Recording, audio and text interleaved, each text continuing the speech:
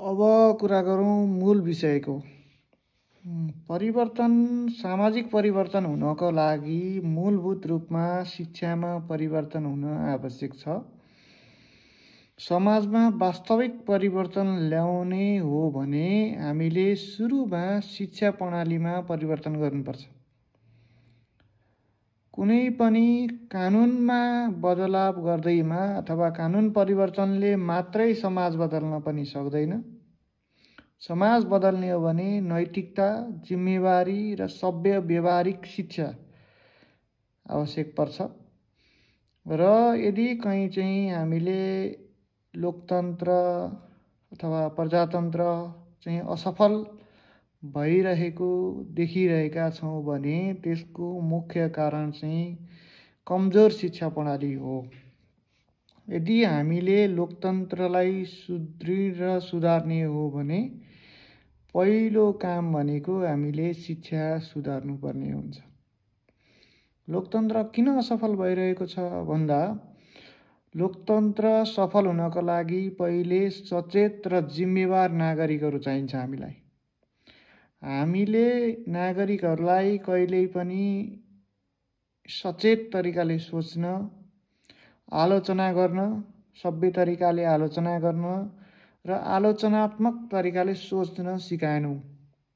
कहिल्यै पनि हामीले प्रश्न गर्नै सिकाएनौँ र तर्क र विवेकको अभ्यास नै गराएनौँ शिक्षामा। शिक्षा प्रणाली कस्तो भयो? घोक्ने खालको शिक्षा प्रणाली भयो। लोकतन्त्रमा देखिने जुन भ्रष्टाचार र अव्यवस्थाहरू छन् त्यो चाहिँ केवल नेतृत्वको दोष हो भनेर भन्नु चाहिँ गलत हो। लोकतन्त्रमा देखिने जुन भ्रष्टाचार र अव्यवस्था छ त्यसले के इन्डिकेट गरिरहेछ त भन्दाखेरि हाम्रो सम्पूर्ण समाज र शिक्षा प्रणाली नै असफल छ भन्नेतिर त्यसले चाहिँ अङ्कित गरिरहेछ। भनेको जस्तो हामीले शिक्षा प्रोभाइड गर्छौँ त्यस्तै खालको समाज बन्छ।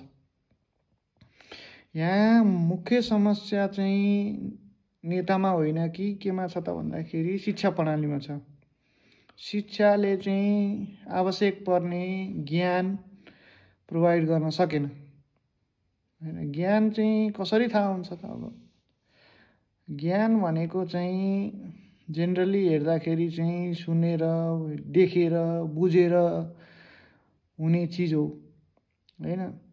तर यो ज्ञानहरूको चाहिँ जुन त्यो चिजहरू देखेर, सुनेर, भोगेर आउने जुन ज्ञानहरू हुन्छन् त्यसलाई चाहिँ हामीले विभिन्न कुराहरूलाई एनालाइज गर्नलाई तर्कको माध्यमबाट हैन, तर्क डेभलप गरेर यो किन भयो त, यो के कारणले भयो त, यो समस्याको समाधान के हो त, यसको जरो के हो त भन्नेतिर हामी लागेनौँ भने चाहिँ यो जुन ज्ञान हुन्छ, शिक्षा हुन्छ त्यो चाहिँ अपूर्ण हुन्छ।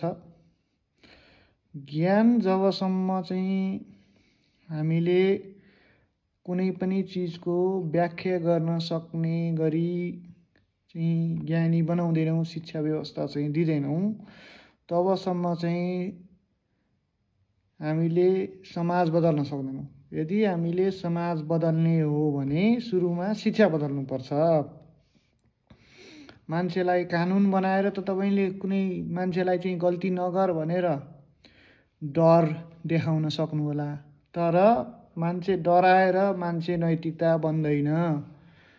मान्छे डराएर मान्छे जिम्मेवार बन्दैन। मान्छे जिम्मेवार बन्न, मान्छे नैतिकवान बन्न त्यहाँ के चाहिन्छ? शिक्षा चाहिन्छ। अहिलेको अवस्थामा हाम्रो लोकतन्त्र किन सधैँ फेलियर भइरहेछ, किन असफल भइरहेछ भन्दाखेरि हामीले सोच्न सक्ने नागरिक बनाएकै छैनौँ, प्रश्न गर्न सिकाएकै छैनौँ, आलोचनात्मक चेत विकास गरेकै छैनौँ। भन्नुको अर्थ लोकतन्त्र भ्रष्ट किन भइरहेछ भन्दाखेरि हाम्रो शिक्षा प्रणाली भ्रष्ट छ। जस्तो समाज बनेको छ त्यस्तै हाम्रो त्यो के कारणले बनेको छ त भन्दाखेरि शिक्षा प्रणाली त्यस्तै दिएका छौँ हामीले। शिक्षा प्रणाली चाहिँ हामीले यदि ठिक खालको शिक्षा प्रणाली दिन्थ्यौँ भने समाज पनि के हुन्थ्यो? ठिक ठाउँमा पुग्थ्यो। नागरिकहरूले के ठिक के बेठिक भनेर जब सोच्नै सक्दैन भने लोकतन्त्र एउटा नारा मात्रै हुन्छ, स्वतन्त्रता भ्रम मात्रै हुन्छ। हामीलाई अन्धविश्वास होइन, हामीले चाहिँ सोच्न सिक्नु पर्यो। भिड जता हिँडिराखेको छ त्यतातिर हिँड्ने होइन कि एकदम विवेक पुऱ्याएर विवेचना गरेर चाहिँ हिँड्नु पर्यो। हाम्रो अन्तिम लक्ष्य भनेको चाहिँ सत्ता प्राप्ति होइन कि नागरिकलाई शिक्षित बनाउने हो। शिक्षाबाट चाहिँ हाम्रो सबै कुराको चाहिँ सुरुवात हुन्छ। शिक्षा राम्रो भयो भने त्यो शिक्षाले समाज आफै बदलिन्छ।